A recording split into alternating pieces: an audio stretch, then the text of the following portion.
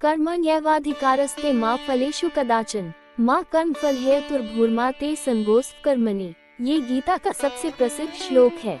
गीता विशेषज्ञों का मानना है कि इसमें संपूर्ण गीता में वर्णित कर्मयोग का सार समाहित है। श्लोक का अर्थ इस प्रकार है, हे अर्जुन, कर्म करने में ही तुम्हारा अधिकार है, फल में कभी नहीं। कर्तव्य भाव को ही मुख्य रखो एवं कर्म के साथ फल की अपेक्षा मत जोड़ो। कदाचित ये भी मत सोचना कि जब फल की अपेक्षा ही नहीं करनी तो कर्म किस लिए करना। कर्म तो अवश्य करना ही है, अतः कभी भी अकर्मण्यता में तुम्हारा सन आसक्ति नहीं होनी चाहिए। कर्म योग का अर्थ है कर्म एवं योग, अर्थात कर्म को इस प्रकार किया जाए कि वह योग बन जाए।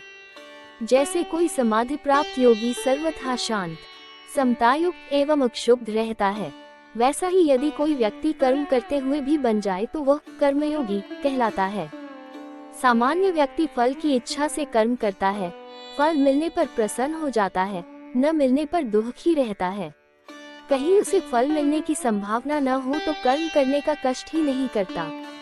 कभी बिना कर्म किए ही छल या अनुचित उपाय से फल पाने का प्रयास करता है।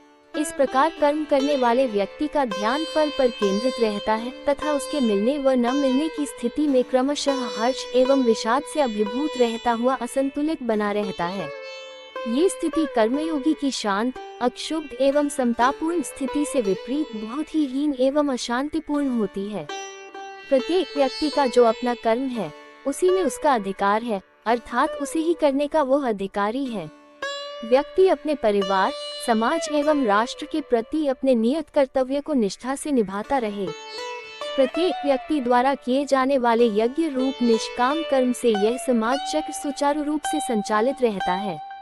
अपना कर्म प्रत्येक व्यक्ति के लिए सबसे महत्वपूर्ण है, न वो छोटा है न बड़ा। पूरी निष्ठा से संपादित तथाकथित रूप से छोटा माना जाने वाला स्वकर्म उतना ही महत्वपूर्ण है जितना किसी बड़े अधिकारी का कर्म।